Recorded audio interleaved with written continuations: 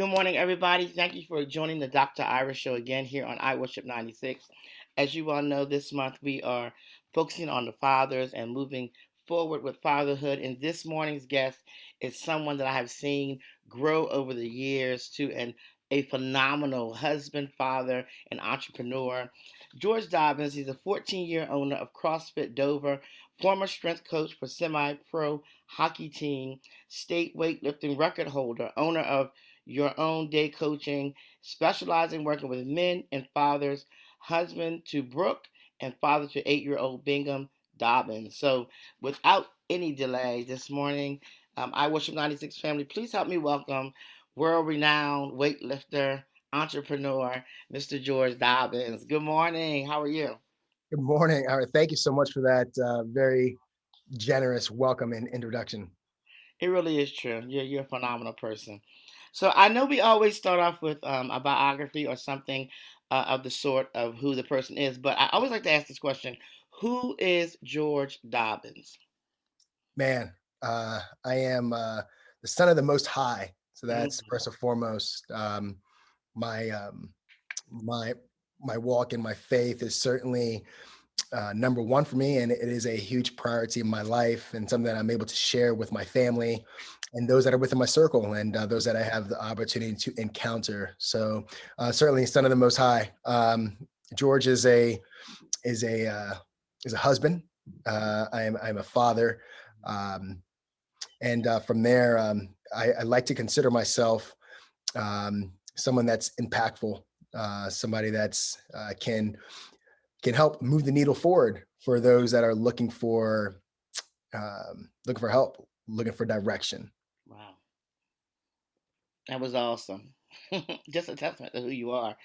Um, I have a few questions for you this morning. What is one of the most important characteristics to have as a father? And this is all about your perception. This is not a right or wrong or what the world says, but you're a father. What is and you're a son. So, what is one of the most important characteristics to have as a father? Wow. So, man, the first thing that comes to my mind is your ability to be empathetic to your child, right? So the ideal is, man, for example, my little guy is 8, Hmm. and for him, not being able to have a few extra minutes at camp today almost seems like the end of the world for him, right? And to me, it's very much, hey, it's only 5 more minutes, but for him, that's very Hmm. that that 5 minutes is very precious, right? It's valued a lot higher. So for me to be able to be empathetic to his feelings, and yeah, so that would definitely that's the first thing that comes to my mind. How about your drive? You're an entrepreneur. You've achieved some awards and and I'm sure you didn't start there. Can you attribute fatherhood or seeing a strong role model in your pursuit and being a married man with a wonderful husband and a child that I'm hearing you say, really understanding your child. Where how can you attribute a strong male lead in your pursuit of your dreams and what you've accomplished thus far? Yeah. So if I'm understanding where you're coming from, my role as father and how that relates to my business Mhm. or so ultimately the ideal is, if I'm leading in a capacity that is out of love, right? So I lead my child, my little guy Bingham, as his father, with love, and ultimately that transfers into how I'm able to lead just my business and my drive like in my business. Mhm. Ultimately, my ability. So I'm in a service-based industry, right? So my ability to be empathetic in that role Mhm. is very, I wouldn't say it's at the same level as, me as father, but at the same time understanding what, where people are coming from, within their goals, what they're looking to achieve, and where is their pain point, Mm. you know what what are they currently experiencing, and why are they sitting or standing or inside of my facility looking for direction, looking for help? So being empathetic in that manner very much correlates to the same type of empathy as father. So when you talk about my ability to drive as an entrepreneur, Mhm.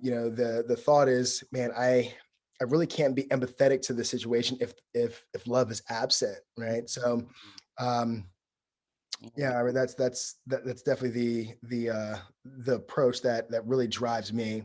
Awesome. Awesome. What has been your greatest challenge as a father, or not just as a father, as a father figure? Like you said, you're in the service industry. I know that there's someone, some young boy, some young um, Z generation that looks up to you, that says, I want to be like you. Mm. What has been your greatest challenge, not just as a father, but as a father figure? Yeah, so my greatest challenge as a father or father figure has been eliminating or unlearning some of those limiting factors, right? Mhm. So, for me, that falls into the ideal of you know we all grow up with in a certain or with a certain situation, right? Mhm. And Mhm. we don't have to get too far into that, but the thought is, they say you're a product of your environment. You've That's right. probably heard that thrown around once or twice before, but the thought is, I grew up in an environment where my father was a loving man, Mhm. and he just had his own way of showing that. Mhm. He's a big burly man, strong, um, but also a man of very few little words. So when it comes down to it, the ideal of being able to communicate with my father, we've had our challenges. So that those items also present challenges within my relationship with my little guy, and or they Mhm. have presented challenge, and they still do come up here and there. But so the communication piece, for me as father, has been very challenging, something that I had to be intentional to Mhm. work towards and break, and understanding that those are some of the generational curses in which we are Mhm. looking to demolish, right? Mhm. And so with that, just being intentful to that is something that has been challenging for me. But I would say that we're doing a good job thus far. So My hat goes off to you. I can see or hear the passion and the work that you have put in to becoming a better version of yourself. And I know for me, um, one of the greatest things I can do as a father, and I didn't have biological children, of course, as you all know. I raised children, but is apologizing. It is so powerful that your son can see you say, I'm sorry for that. You know, how important is it for us as fathers and father figures? And I'm saying that more importantly because statistics already show that sometimes it's not just about having a father in the home, it's about having that father figure or the step parent or the mentor. So that's why I keep emphasizing father figure, because when you're a father and you're a good father, a good dad, other people are going to look at you that don't have that luxury. But how important is it for us as men, as fathers, to have that method of apologizing, even to the son that could be 8, or the son that could be 10, or the son that could be 5? How important is that? wow, that's a really great question. The thought of, I could come with two different ways. One is that shows the ownership that is taken for the action, or maybe lack of action in this case, um, that has taken place, right? So one, I believe it shows and it teaches ownership right? So Mhm. that so that's the first thing that comes to my mind. The second thing that comes to my mind is also understanding that it's not going to be perfect, and that's okay. So the ownership and understanding that it's not going to be perfect, and that we are going to make mistakes, and that we can, in return, own that, own that responsibility, own that mistake. I believe it sets a tone for how we are able to transition into the rest of this world. Because ultimately, if I am in a position thinking that I cannot say I'm sorry, and I'm living with an expectation that everything has to be perfect, Mhm. and that can set a real a real fear, right? So, and that can in return be a limiting factor. So if you think about it, if you have someone who's very on the verge of not feeling as if they can't mess up, then chances are they're probably not going to extend themselves out as far as they probably could to reach their full potential, in the fear of messing up, and understanding that and not understanding that it is okay to mess up. So just the understanding, and then again just the responsibility of owning the action or whatever it might be in which you are apologizing for. I believe that in return, there's so twofold there. It's um it's very much a man, it's a life skill. Yeah. It really is, because um I can't imagine, and maybe you, or maybe if you're listening, you probably can imagine, just being in a position that you can't say I'm sorry, and you're living in an environment that everything has to be perfect, and we just understand that that's not going to be the case. So it's very restricting. So knowing that there's freedom, and hey, I'm sorry, I believe gives us that freedom, right? Your ability to be able to say I'm sorry Yeah. gives That's us freedom. awesome. Yeah. That's awesome. Um, what advice would you give to a father that never had the guidance of a father? What advice would you give to him, that person right now that is struggling? Like, I didn't have my dad there. He was in prison, or I didn't have my dad there. He left when I was younger, and here I am with a son. What advice would you give to that father right now? Man, the first thing that comes to mind is the idea of going with your gut. The first thing that comes to mind, going with that natural instinct. And the thought there is, there is no playbook, there is no manual. Um, Growing up with a father or not growing up with a father, your natural instinct, Mhm. chances are, is probably the direction in which you should be leaning into. So just understanding that you are you are here, you are dad, you are father, and there's a reason why you're in the position that you're in.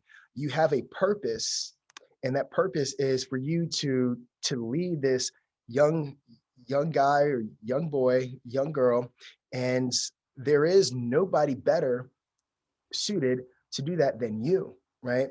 If you think about it, um, if if I am in a situation where I know my son or my daughter, in this case, my son, I Mhm. don't have a daughter, but for the viewers that are listening and listeners, um, there's a certain responsibility that we have, knowing that you are that interaction. You're probably the most influential interaction that little boy, little girl is going to have. So just understanding that, no matter you, if you have that guidance prior to or not from a father, um, you do have a purpose. And just be able to understand that and fall into that, and be able to receive that and just own it and take it.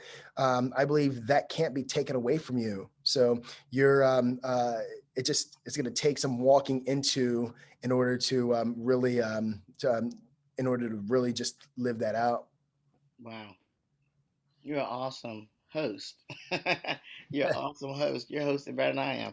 Um, Okay, just cut it out. what I remember in my book, Father Knows Best, I told about a story when I was in minor league baseball, and my dad had groomed me to play baseball, and I still sucked very bad at 8, and it was the last game of the year, and my team was like the last in the league, and we were bases loaded against the number one team, and my best friend happened to be on that team, and I was at bat. It was a 3-2 count, and I kept hitting foul balls to the left field line, and I hit the last one, and I heard my dad say, "Run!" So I ran around the bases real fast, and I came home and got an inside the park home run. Of course, won the game, and so that's a story that I told my kids. And so, what is one of those stories that you have one of your greatest achievements that you have told Bingham, or that you will be telling Bingham as he gets older, if you don't And mind sharing with us? yeah, so that's a really great question. Um, the first thing that comes to my mind is something that he was able to witness, and we come back to this. So he was in the car, he was able to witness this, and we come back to this um, all the time because we don't know someone's situation, Hmm. and we're driving, we're driving on the road, and there's there's someone standing on the corner. There's a sign in hand. There's a bag was probably on the floor, and it read homeless, lost job. Mm. Um, any help is appreciated. So, you know, at that time, we stopped the car. We're at a light. The car was stopped. I unrolled the window, and I gave this gentleman a few dollars. Wow. And so, in doing so, there goes the questions. Daddy, what's that gentleman? What was he asking for? What was he needing? Is he okay?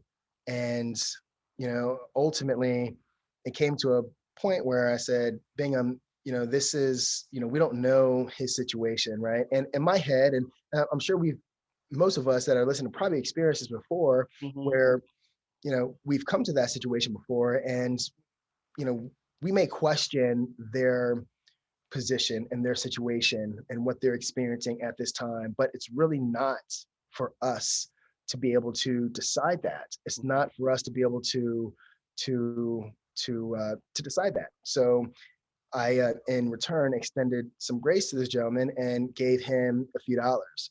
So we come back to that incident quite often, and the thought of Bingham, telling his friends, "Hey, this is what my daddy did," you know.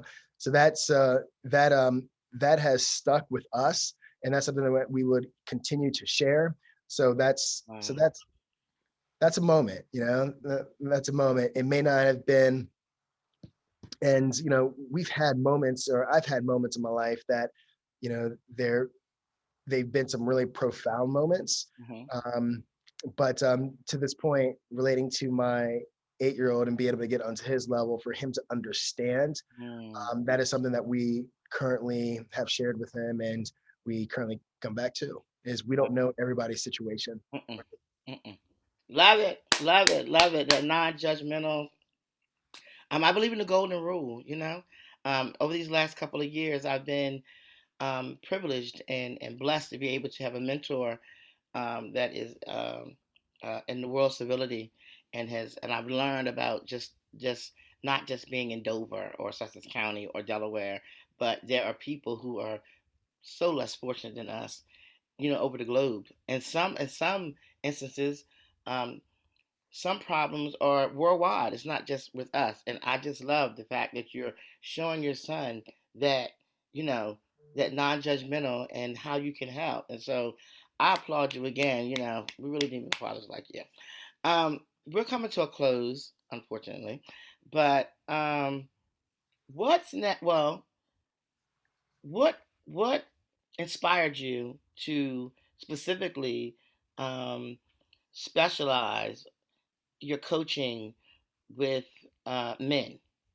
What inspired you? I know you help everybody, but what inspired you to specialize with men? Yeah. So for one, I am a man. I relate myself as a man. So therefore, there's a certain certain power and certainty that I can speak from, right?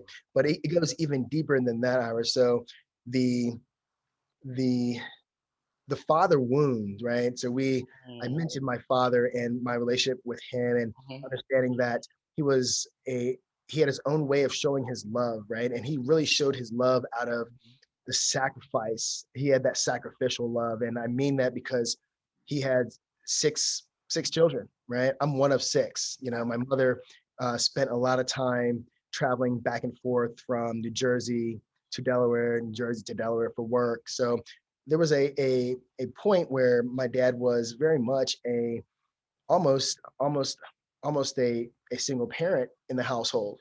Now, um, with that, you know, and six kids, there's there's a certain level of sacrifice that my father was able to to show us, and he really didn't speak on it. He just showed it, right? So, and that was his way of of showing and expressing his love.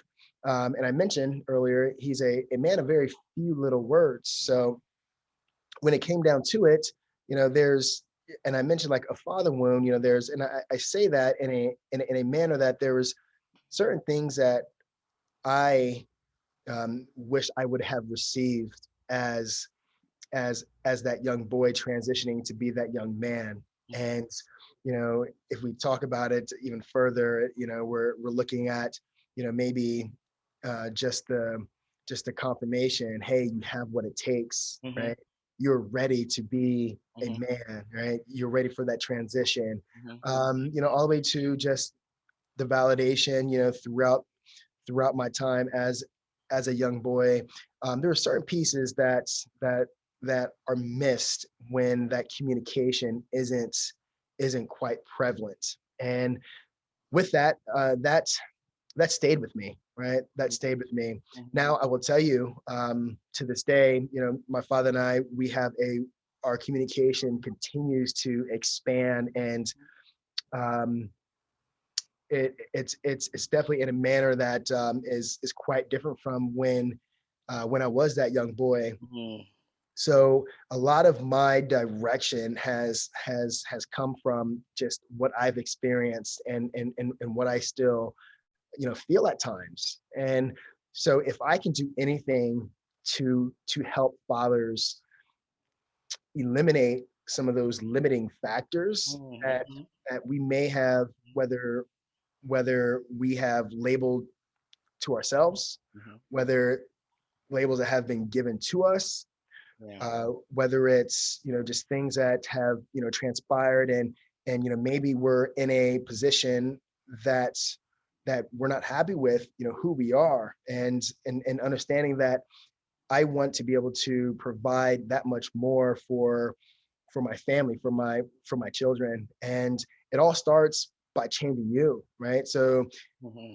it's really tough to you know, change the lives or mold the lives of those that we're leading, if we're not able, if we're not doing it for ourselves. So my program, my coaching, Own Your Day coaching, allows for just some of that to happen, right? So we were able to you know, come into a manner that we're able to renew the mind. So mindset is a very strong piece to what we do. And then there's rebuilding the body, because there's a certain level of care that needs to be Mm-hmm. taken, you know, through proper exercise and activity, through what we put into our bodies, through how we treat our bodies, and how we're able to recover and rest, right? And then there's the ideal of restoring priorities, right? And that's essentially like our purpose and why we are here, and being able to, again, just keep first things first. Mm-hmm. But ultimately, my program, Own Your Day Coaching, allows for us to be able to dive into those things, for us to be able to create some of those disciplines, right? For us to be able to establish those habits, to build and develop those routines, so that we're able to, in return, fall into our full potential as father, as men, as leaders. Wow. Wow. I love it. I just love the whole philosophy, and I love the name Own Your Day. there's a lot of people who do not take ownership of their lives, and I've heard you say that twice, and I just think it's awesome. So, what's next for Mr. George Dobbins? Wow. So what is next for me? Well, we are currently still building or growing our program, Own Your Day Coaching. Hmm. So that is really really what's happening and what's on the forefront. So that is very time sensitive to us, so to me, and we're just putting a lot of time and energy developing that. And we have certain programs that we will be releasing that will be an extension of the Own Your Day coaching. So I don't want to say too much about that, but we have some things in the down the pipeline. But a lot of it is to really just foster Own Your Day coaching, because right at this point I've been coaching for just over 20 years now, since 2001, man. So I feel I'm really Wow. now I really uh, Wow. I've been coaching for the last 20 years, and being able to take my coaching to a manner that is um, that much more impactful, right? That's that much more life changing. That's what's that's what's next. Just making that transition. So I appreciate you coming on this morning. I really do. I think this was one of my best interviews, really focusing on fatherhood. Thank you so much. Bingham, I'm sure, is going to be blessed one day when he realizes how great of a father he has. So Um, let the people know how they can reach you that are listening to the broadcast this morning. yeah, so if you're on Facebook, you can find us on Your Day Coaching. If you're on Instagram, on Your Day _ coaching, um, and yeah, those are probably the two elements where we tend to get a lot of our feedback, and where you can definitely find us. So Facebook and Instagram. Awesome.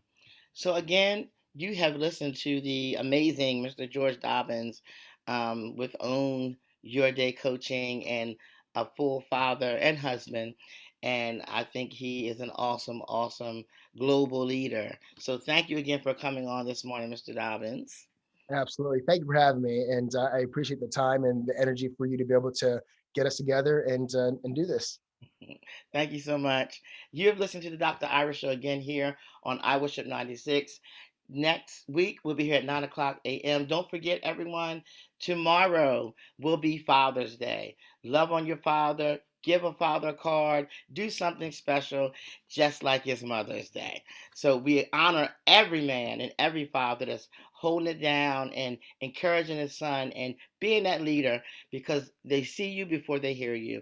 So again, we thank you for coming on the Dr. Irish Show again here on I Worship 96. We'll see you next week. Have a blessed day.